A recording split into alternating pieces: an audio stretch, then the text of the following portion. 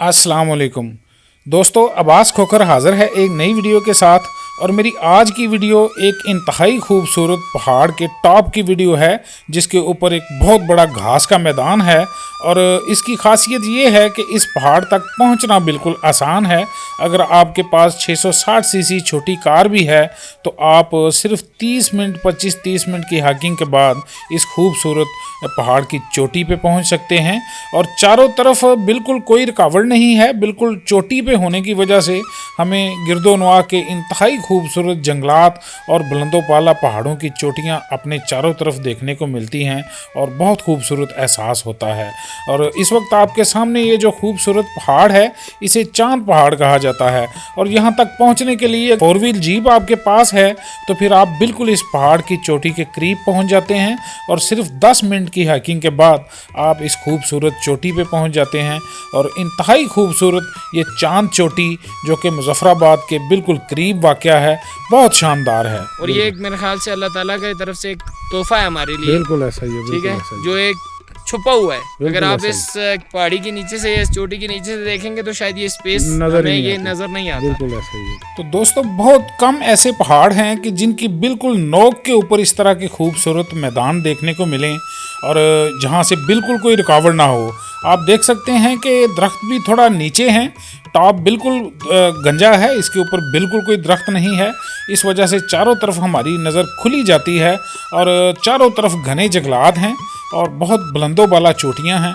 और यहाँ इंसान कैंपिंग करे तो बहुत ही खूबसूरत ये जगह है कैंपिंग के लिए। जून के महीने में भी यहाँ आपको ठंड लगेगी। अगर आप साए में बैठें, ठंडी हवा चल रही हो, तो रात को तो बहुत ज़्यादा सर्दी हो जाती है। यहाँ पे कैंपिंग के लिए भी ये इंतहाई खूबसूरत जगह है। पीर चनासी से यहाँ तक आपने हाइकिंग की है? जी सर, हाइकिंग की तो कितना टाइम लगा आपको हाइकिंग में? हाइकिंग से इट्स स्टिल बीइंग मेरे ख्याल से 25 मिनट। अच्छा, 25 मिनट लगे हैं। कैप्टन व्यू साहब आप करवा सकते हैं पीर चनासी का एक, अगर बैक साइड से आप। तो दोस्तों, ये सामने पीर चनासी का पहाड़ है और ये सामने दरबार आप देख रहे हैं।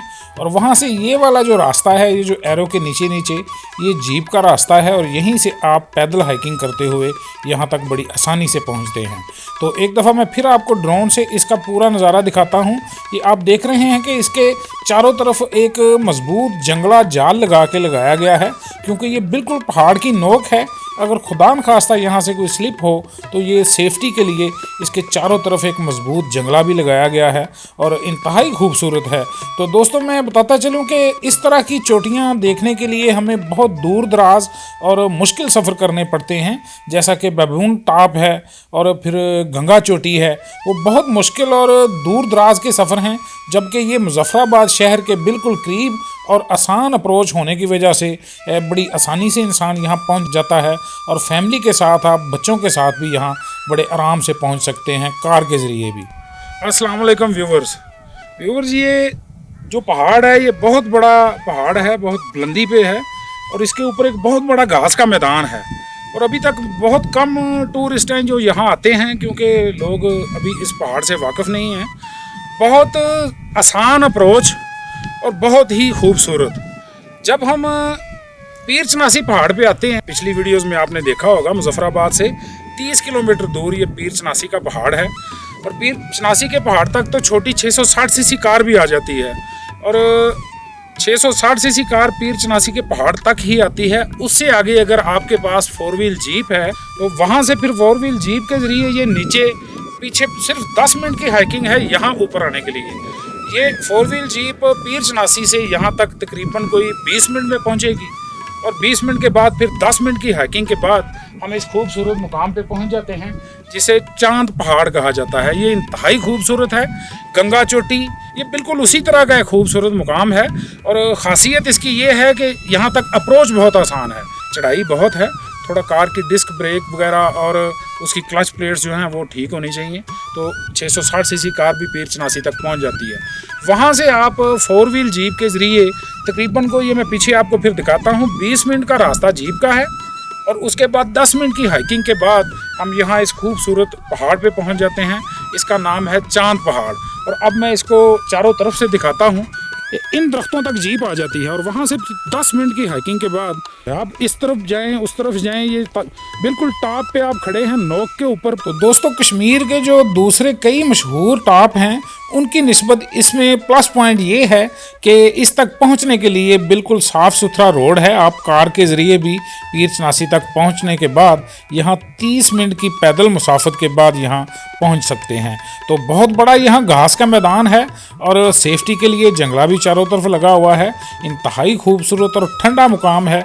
जून के महीने में भी आपको साए में बैठे हुए ठंड लगना शुरू हो जाती है। देखें, आपकी नज़र बिल्कुल खुली जाती है, कोई रुकावट नहीं। जैसा कि अब मैं इसके ये सीधे हाथ आ रहा हूँ तो देखें, इस तरफ भी ये सारे ये बिल्कुल टॉप है और ये फूल ही फूल हैं। ये टॉप के ऊपर चूँकि लोग ज़्यादा चलते फिरते हैं, फिर फूल मसले जाते हैं। ये वाले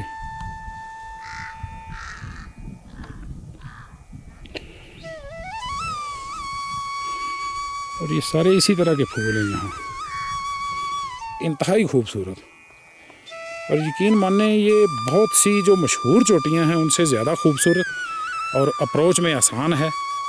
बहुत ज़्यादा आपको थकना नहीं पड़ता, बहुत ज़्यादा टाइम वेस्ट नहीं होता, आसान रास्ता है और इंतहाई खूबसूरत है ये। तो व्यूवर्स, ये मैं ड्रोन से आपको दिखाता हूँ। ये देखें, एरो के साथ साथ ये जो नीचे चलता हुआ रास्ता आ रहा है, ये 4 व्हील जीप का ट्रैक है। इसके ज़रिए आप ये नीचे देखें, एक हाईएस्ट वैन भी खड़ी है, यानी यहाँ तक हाईएस्ट वैन भी पहुँचती है, मगर इससे थोड़ा आगे फिर सिर्फ जीप जा सकती है। तो यहाँ नीचे मैं आपको दिखाता हूँ मेरी जीप कहाँ तक पहुँची और उसके बाद सिर्फ मुझे 10 मिनट की हाइकिंग के बाद टॉप पे पहुँच गया मैं बड़ी आसानी से। तो ये देखें, ये सारे एक पहाड़ के ऊपर जो टूरिस्ट के फिरने टुरने की जगह है उसमें सारा जंगला लगा के उसको कवर किया गया है, क्योंकि ये बिल्कुल पहाड़ की चोटी है। ये मेरी जीप खड़ी है इस वक्त नीचे और यहाँ से फिर थोड़ी हाइकिंग के बाद मैं इस टॉप के ऊपर पहुँचा और यकीन माने इसके ऊपर पहुँचने के बाद इंसान की सारी थकावट जाती रहती है। और उसकी वजह ये है कि ये बड़ा सरसब्ज़ और भरपूर जंगलात हैं यहाँ पे। जिस तरफ आपकी नज़र जाए आपको एक घना जंगल देखने को मिलता है। तो कैसा ये लगा आपको चांद चोटी का जो एरिया? खूबसूरत व्यू है इधर से। अच्छा, ये कैप्टन साहब हमारे साथ। अच्छा। उन्होंने कहा नहीं जाने हमको ऊपर थोड़ा टॉप वक़्त किया है, इसीलिए किया है कि हमने तो पहले भी हाइकिंग की है, गए हैं काफ़ी जगहों पे गए हैं, लेकिन जो टॉप से जहाँ का व्यू आता है ना वो बहुत ज़बरदस्त किस्म का होता है। और ये तो वैसे हमने वीडियो में देखा था, मैदान सा बना हुआ है और बड़ी ज़बरदस्त जगह है जी। नहीं, वाकई बड़ी खूबसूरत है और ठंडी जगह है। ये देखें, जून के महीने में ऐसे ही नीचे मुजफ्फराबाद में बिल्कुल तपश है और यहाँ है तो अभी इस वक्त यहाँ ठंड लगना शुरू हो गई है। बस बहुत खूबसूरत कैप्टन है। साहब ने हमारा ठेका लिया हुआ है जी अच्छा। वेट लूज करवाने का। अब अल्लाह खैर खैरियत से पहुंचा दे वापस। हम तो वापसी यही का दुआ सोच के है। परेशान हो रहे हैं जब इस टेकरी से नज़र आ रही है ना हमारी, जहाँ पे हमने अगर आप दिखा सके तो शायद दिखाएं अपने व्यूअर्स को कि वो ये सामने पीर चनासी की चोटी है, ये वाली। वहाँ पे हमने वापस जाना तो वहाँ यहाँ से इन्होंने अभी वापस वहाँ तक जाना है। पहुँच जाए। सूरज का सनसेट का भी बहुत खूबसूरत यहाँ मंजर होता है। मैं आपकी व्यूअर्स को एक और बात कहना चाहूँगा जी जी, कि पीर चनासी अगर आप आएँ तो तो वहाँ जरूर तक आएं। चांद चोटी तक आप हाइकिंग कर गए। बिल्कुल। It's a very healthy activity और आप इसको जब जगह को एक्सप्लोर करते हो उसकी खुशी डबल है। बिल्कुल ऐसा ही, पहाड़ों में भी ना मैदान का एक एटमॉस्फेयर बड़ा मुश्किल होता है कहीं। बिल्कुल बिल्कुल ऐसा ही है।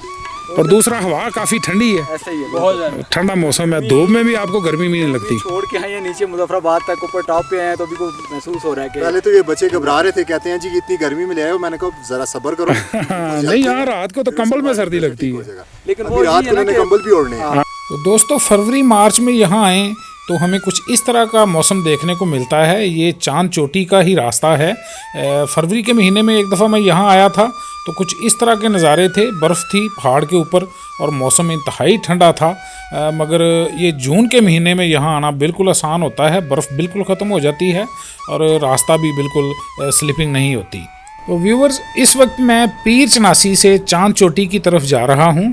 ये जीप का ट्रैक है, टूटा फूटा रास्ता है, मगर 4 व्हील जीप बड़ी आसानी से पहुँच जाती है चांद चोटी तक।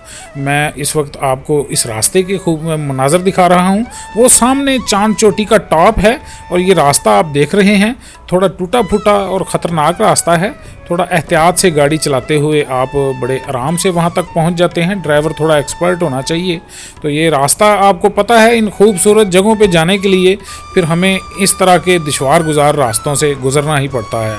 चूँकि बदकिस्मती से हमारे पाकिस्तान में टूरिज़्म को डेवलप बिल्कुल नहीं किया गया।